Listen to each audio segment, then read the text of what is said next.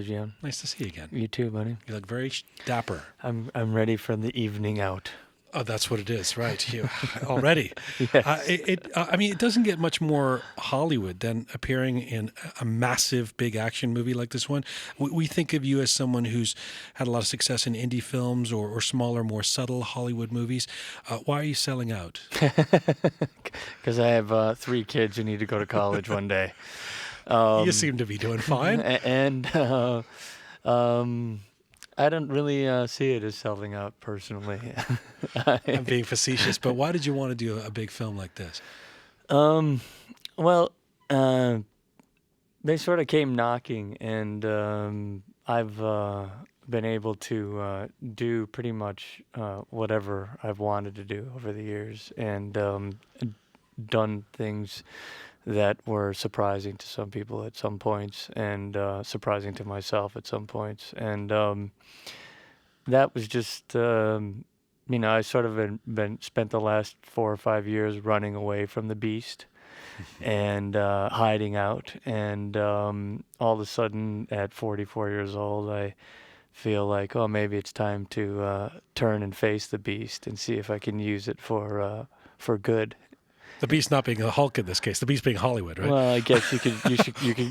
It's pretty interchangeable. You were covering a lot of territory. Yeah. Oh, really? It's the Hollywood you see as the green monster at times. It's interesting. As an artist, you're always looking for a way into a part, or to understand why something's appealing to you, and understand why you are drawn to doing something at any particular moment. Well, I mean, based on your acting resume and what we've seen you in, you seem like well poised to play a conflicted kind of character, a scientist like Bruce Banner. Mm. It's the other half that's interesting. Did you have trepidation about playing a big celebrated monster? I wasn't. I was kind of excited by it. I wasn't worried that I could do it, because I was believe it or not, the definition of the angry young man in my 20s and late teens.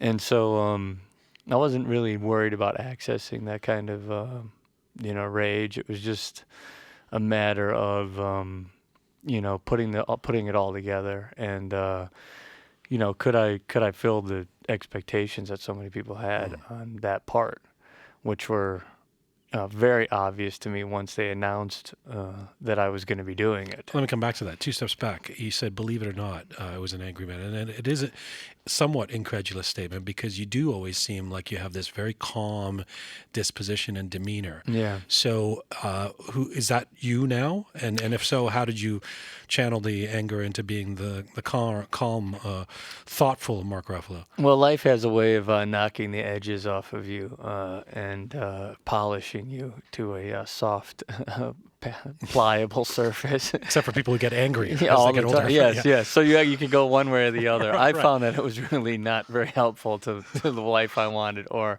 I also found myself being incredibly more isolated and alone the angrier I was. Why were you angry? I think as a young actor, I was really struggling a long time, and I developed a sort of persecution complex where, perceived or real, I just didn't feel like I was getting anywhere, and I was really frustrated, and I had a chip on my shoulder and a lot of attitude, and I had many holes in my walls of drywall where fists or Really? other objects had flown into them, and I'd covered them with posters and odd pictures here and there. they were all in very odd areas. Right. But It's quite an attractive character you're painting of yourself. It's really beautiful. It's not something I'm proud of, and I think I understand why I had such a hard time being Getting hired for gigs, so. Yeah.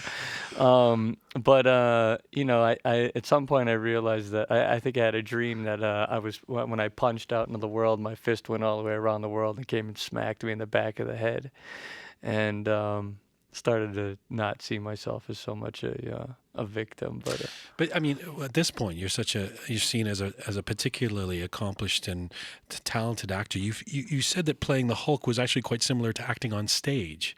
What do you mean by that? Well, the this technology is a new technology. It's the cutting edge of technology. It's motion capture, and it's this combining, this hybrid of acting and animation. Right. And uh, all the years that I'd spent on the stage, you walk onto a black box, and really you have to rely on your imagination. There's nothing there. You have to put the trees, the forest there, or if you're looking out over the audience, a fourth wall, what have you. But motion capture is like the same thing, but you're walking in a green box, and you're by yourself. And it's just one step more removed from being on stage where you have other actors to play off, but you're still using your imagination to create this world. When you're on a film set, usually that world's created for you. They build the exact replica of that world. In this case, you're imagining what is around you. Yeah, and so it actually, those muscles, which I hope haven't atrophied over the years of doing all that theater, actually worked really well for this new technology. And I found it, once I got over the having to wear this terrible man-canceling leotard that made you look big. Man-canceling. Yes, it made you look big everywhere you didn't want to look big, and small everywhere you wish you looked otherwise. Right. Once I get over the initial shock of that vanity-destroying experience, Right. I actually got into it and realized, this is a really the sky's the limit, as far as your imagination could go. And all of a sudden, this whole new realm is opened up to an actor where you're not playing through prosthetics. You're not trying to act with a heavy costume on. You're actually really free, and your face is free, and you're free to move and actually create a character, which was very similar to being on a stage, I felt like. To carry the metaphor, you said Bruce Banner is like our generation's Hamlet. Yeah. Everyone has to take a shot at it. I mean, it's just required reading for actors. You said Edward Norton, Eric Bana recently took shots at playing Hulk. Were you trying to bring something to audiences as the Hulk that we haven't seen yet? Did you aspire to that? It's what we really, Joss and I talked a lot about this, and like, where do you start? And we just felt, let's start where they left off. And the final Hulk movie, we see him, he's lost everything. He's still on the run. We have a sense that maybe he has some control over it, or possibly. And so we said, okay, well, what happens after that? He's been on the run for another 4 or 5 years. He's in his mid-40s. He's at a place in his life, not unlike Joss and myself, where we're like... He used to be angry when he wasn't getting acting gigs. Yeah. But, it's like accepting your shortcomings and, having a sense of humor about your situation in life, and knowing that, there's only so far you're probably going to go from here. Your life's half over. You realize, what you won't have sadness for things that have been lost. It was just a maturation of the character and some attitude changes, maybe instead of fighting against it, he's going to turn and face it and accept it and have a sort of wry, worldly sense of humor about it. And that was kind of the change that we made. Speaking of wry, worldly sense of humor, some of you, your companions, your colleagues that you're working with on this film, Robert Downey Jr. As Iron Man particularly stands out in the film. I mean, he's very strong. Is Awesome. it true that he helped convince you to do this? And if so, what did he say? Well, I called him when I got the job, or when I got the offer, and I said, Robert, how's this going to go? There's no script. I'm a little nervous. And he just said, hey, man, come on, we got this. Let's go. It's going to be great. It'll be fine. You're going to be fantastic in it, and we'll do it together. And that was, that and Josh Whedon were pretty much enough for me. To play Bruce Banner, I've read you worked closely with Joss to explore the subtleties of how his anger comes out. What did you discover about how repressed anger manifests itself? The whole, without giving too much away, there's, we talked a lot about that final line before he turns into the Hulk, and what his secret is, how he deals with his anger. And that was, where we decided that we would find Banner is that he runs away to the ends of the earth and he goes to Calcutta, where there's just such an enormous amount of human suffering Right. that he can't really look at himself as a victim in any way, and he can't be upset about his position in the world, Right. and as he's there, he starts to develop this kind of, understanding and possibly acceptance of this dark thing that he's been so hard trying to suppress and repress. Right. And that's, that's just pop psychology. That's just, we've come to understand that the thing that you most fight against is the thing that has the most power over you, kind of. And so, we started the movie in this idea that Banner's acceptance gives him freedom, Right. and that was kind of, that became the sort of kernel that we started playing with along in the performance and his evolution throughout Right. the film. It does feel like an evolved, having seen the film, an evolved Bruce Banner as well. So it's nice to see that he's grown older. I mean, he since the 70s, he's only grown about 3 years older, but still, he's Bill Bixby. He's still grown.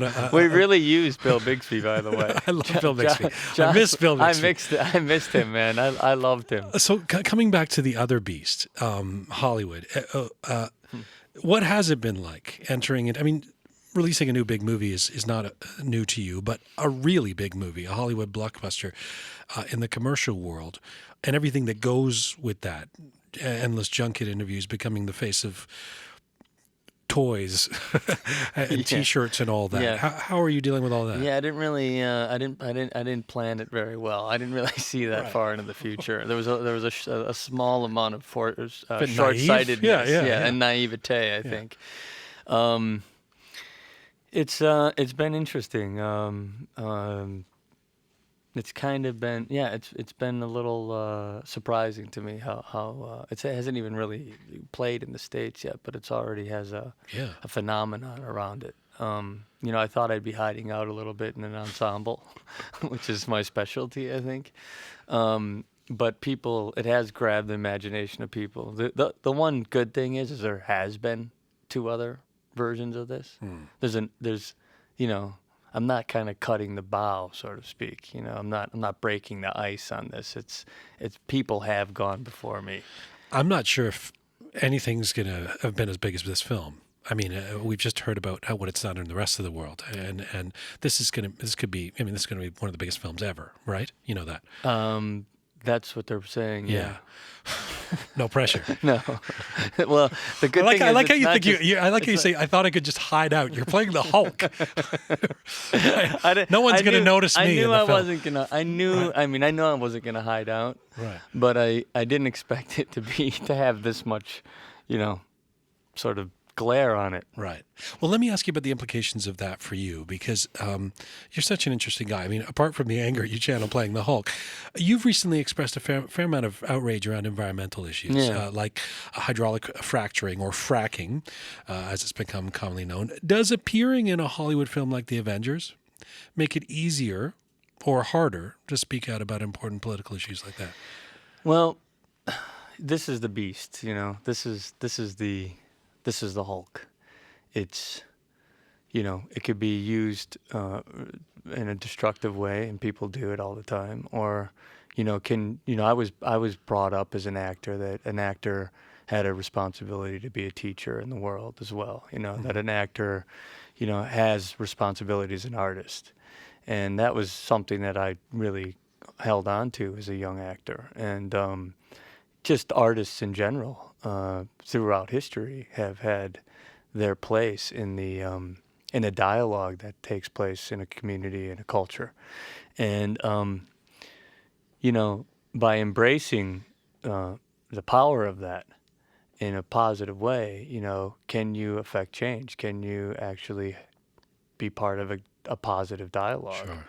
And the young people are the ones who change the world. And certainly this mythology has, its place in this culture and in the young people.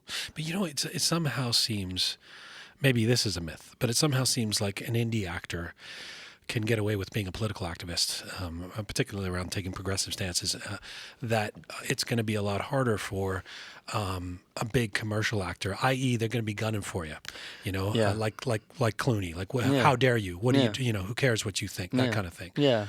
Well, there's been a long, the past 20 years we've seen, since the Vietnam War, we've seen a pretty concentrated political campaign to take away that voice, Right. to discredit the voice of artists and actors, musicians, whatever. They wielded an incredible amount of power during the culture wars and the civil rights war. And so some very cynical people decided, hey, we're going to start taking pot shots at these people, destroying their character, questioning their morality, questioning their motives, and we're going to silence that voice. And because of that, starting with the Iraq War, which I was very against from the very beginning, I saw actors being attacked and had them marginalized, and saw them become quiet and afraid to speak up. And that's not democracy to me. Sure, my voice, I have no more to say than anybody else. The only thing is that my voice does happen to travel a little bit further. Well, you do have more to say than anybody else. I mean, you are than many people. You're a particularly powerful and eloquent guy when you talk. I saw you on Colbert a couple of weeks ago, and you make a lot of sense, and you make the points powerfully, especially around the environment. There are implications of that too. Like you obviously have concerns about the effect corporations have on the environment and lives of everyday people. We all live through contradictions around this, so I'm not picking on you. But tell me about reconciling your views with participation then in a Hollywood blockbuster that is going to have a huge environmental footprint of its own, right?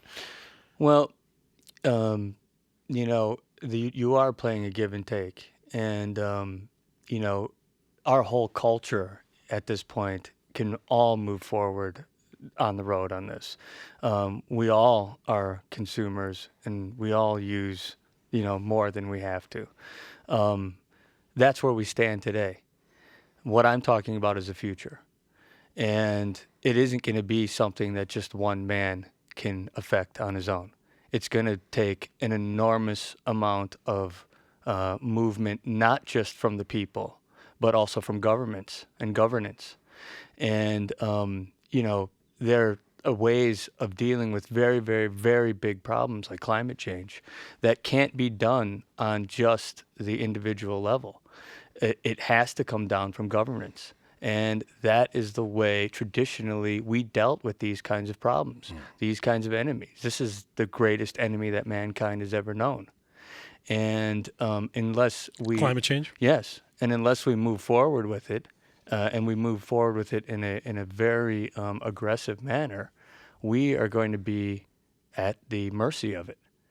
And that's not something that me not doing a big Hollywood movie is going to change at this moment. What we need is education, and we need people who are in the public eye to speak honestly and frankly about this. It is a serious issue. And just to say, I believe in climate change, that isn't going to cut it. We need action, and we need action on a global level. Do you think you suffer? Do you think you, on some level, your career is takes a hit somehow by speaking out the way you do? If you I.e., job offers or I ways to. have no idea. There's going to come a point where probably that's where the rubber is going to hit the road. And, if you say if I am who I say I am, and I want to show my kids that I live by my principles, then at some point you might end up sacrificing your economic well-being for a greater idea. And that's just part of being a decent man. I think, you know? And if that ends up happening, I'll be sad. But I also, I live a relatively small life, and I've purposely made my life small so that I'm not a slave to the whims of, economic downturn and people being punitive to me because of my political beliefs or my environmental activism or my morality, ideology.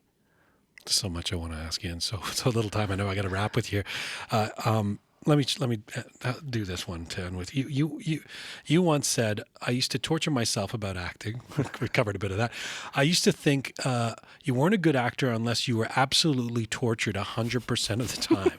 Now, a lot of us who've been through music or acting can relate to this, right? Yes. You say, I think 50% of the time It's okay. is enough. Is that true? Are you still that self-critical? Do you torture yourself as an actor?